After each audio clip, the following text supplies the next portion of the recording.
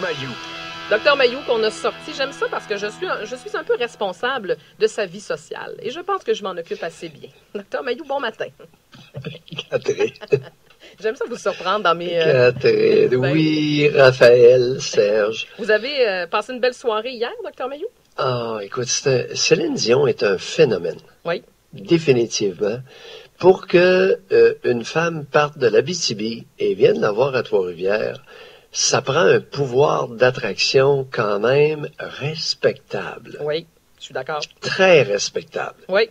Alors, il y a une spectatrice qui est venue me saluer et j'ai l'habitude de leur demander d'où les personnes viennent. Et elles venaient d'Abitibi. Ah oui. Mais... Alors, l'amphithéâtre Cogeco et les invités à cet endroit qui va s'avérer assez unique en Amérique. C'est... soulignons le travail d'Yves Lévesque. Oui, c'est une réalisation et ça devient de plus en plus beau. Ce site-là, Catherine, chers auditeurs, va être unique en Amérique. Mm-hmm.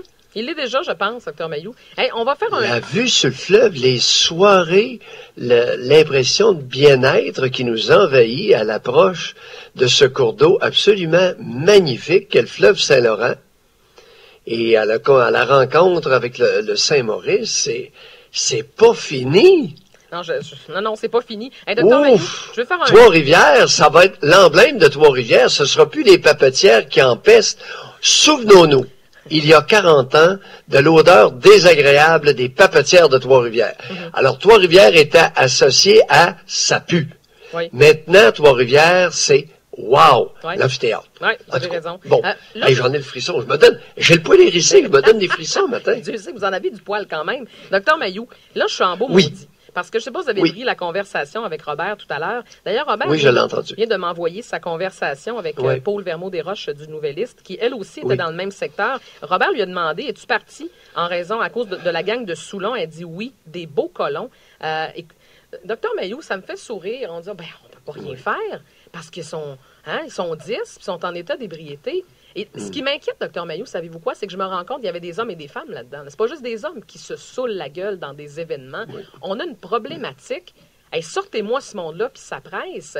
Êtes-vous d'accord avec moi? Trouvez-vous qu'on a manqué un peu de... Non, Catherine. On ne ternira pas la beauté et l'élan intérieur que peut procurer le spectacle de Céline Dion à beaucoup, mais pour plusieurs personnes. Maintenant, 9000 personnes, et particulièrement lorsqu'il y a du monde debout, on peut s'attendre à des dérives. Oui, mais là, c'était pas du monde debout, Dr Mayou. C'était du monde assis, mais tout de même. Alors, il y avait beaucoup de monde. Il y a une promiscuité.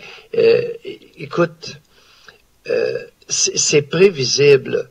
Et malheureusement, les responsables de la sécurité n'avaient pas prévu. Alors, la prochaine fois, vous saurez quoi faire. Puis, c'est correct. Mais, Dr Mayou, comment ça se fait? Ça fait partie de l'humain, oui. Comment ça se fait que le comportement... On va aller là, OK? On va en profiter. Oui. Comment ça se fait que le comportement de certaines personnes change drastiquement en état d'ébriété?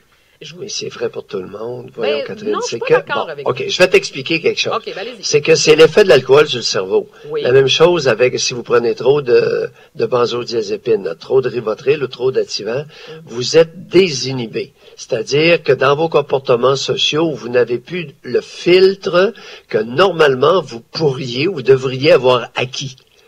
Il y a un filtre, il y a une espèce de mécanisme dans votre coco qui fait en sorte que vous savez jusqu'où aller et quand est-ce que vous arrêtez.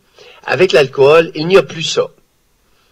Ouais. Et en public, ça donne ça.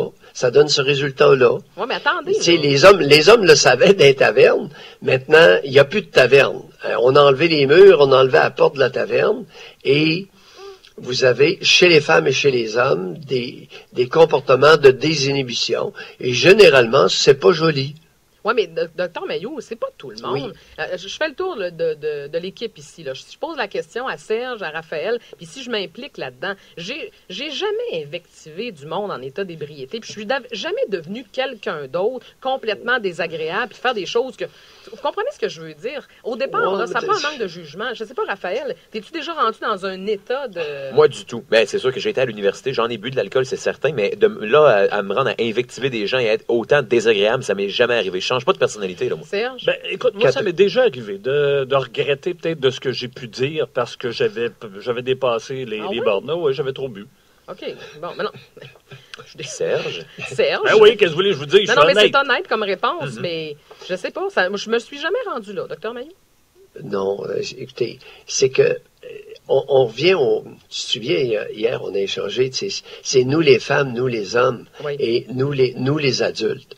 Alors, les femmes ne sont pas un groupe homogène, les hommes non plus, et si vous servez de l'alcool dans un groupe, il y a toujours un pourcentage d'individus qui va devenir déplacé. Alors, regardez les parties, et sur un petit nombre, maintenant vous avez 12 personnes, il y en a une couple qui vont devenir désinhibés, hommes et femmes, et fort désagréables. Oui. Bon, maintenant, si vous avez des individus qui sont pas bien à jeun, qui sont très frustrés, qui ont du matériel refoulé, qui ont été tapochés, abusés, négligés, maltraités, ou malheureusement nés avec des personnalités mal adaptatives, des personnalités désagréables. Vous leur servez de l'alcool, c'est pas un beau mélange. Alors, c'est prévisible, c'est dans ce sens-là. Oui. On le sait qu'il y a un pourcentage de la population, lorsqu'ils prennent la boisson, ils deviennent soit agressifs, le vin triste, ça pleure comme des madeleines, ou bien sont très désagréables, disent n'importe quoi, n'importe qui. Oui, bien, je me rends compte, Dr. Mailloux, malheureusement, je vais être obligé de faire le constat suivant, on l'a déjà fait ensemble, ça arrive de plus en plus chez les femmes. Parce que qu'un homme se saoule la gueule, bon, ça va de soi. On dirait qu'on se dit, ben oui, les hommes aiment plus l'alcool, mais on dirait que c'est plus vrai, ça, Dr. Mailloux. Je trouve que les femmes prennent plus d'alcool et deviennent de plus en plus désagréables en public. Je me ferai pas d'amis, là, mais bon. Bon. C'est que, oui, fut un temps, historiquement, au Québec, comme les femmes descendaient de la Vierge Marie, elles ne pouvaient pas s'enivrer, elles n'avaient pas le droit de prendre de boisson. Non, ça, je le sais. Alors que pour les hommes, c'était masculin, puis les hommes avaient tous les défauts. Oui. Et qui ressortaient particulièrement en état de boisson, en état d'ébriété. Alors que les femmes se gardaient de ces comportements disgracieux afin d'être des modèles de vertu. C'est plus ça. Alors, il n'y a pas de plus en plus de femmes agressives ou désagréables en état de boisson. Il y a de plus en plus de femmes qui prennent la boisson et qui affichent des comportements désagréables, comme chez les hommes. Oui. Alors, au contraire, je me réjouis de ça. Parce que l'époque où on utilisait les femmes comme modèles de vertu, ça m'écœurait royalement. Alors les femmes étaient des modèles d'empathie, étaient des modèles de vertu, étaient des modèles d'amour, étaient des modèles... Hey, lâche-moi le modèle, là, Steve! Penses-tu que la nature a concocté les femmes pour être des modèles? Allez vous faire voir! Oh, mais soyez polis ce matin, mais... En rien, vous n'êtes des modèles, alors. Hein, pas attendez, plus, pas moins. Wow, attendez, ce matin. Non, pas plus, pas moins. Ben non, mais c'est ça que je vous dis. Encore une fois, on revient à nous les femmes. Il y a des femmes que oui, il y a des femmes que non. Puis c'est la même chose chez les Il y a des hommes que oui, il y a des hommes qui ont de l'allure, puis il y a des hommes qui n'en ont pas.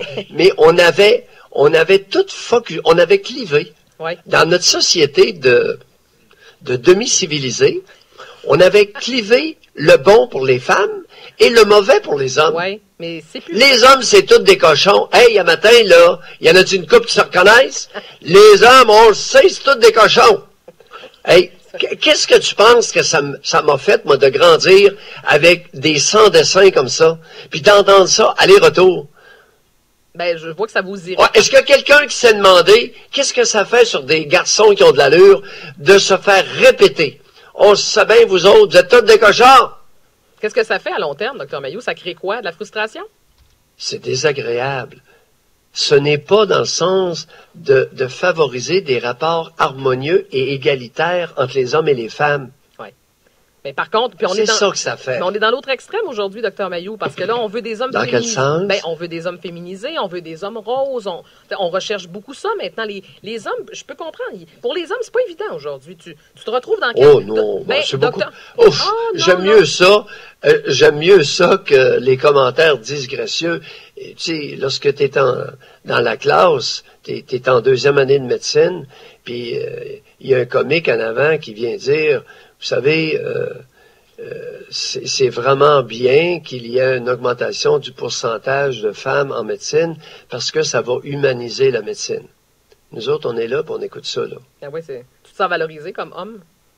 Ben, ça, Je l'ai entendu minimum 25 fois. Mais on l'a dit la même chose en politique, Dr. Mailloux. Ça m'écœurait. En tout cas, là, si ça n'avait pas été de prendre ma place, là, je me serais levé et je me dire, hey, Ticlin, sur quoi tu te bases, toi, là?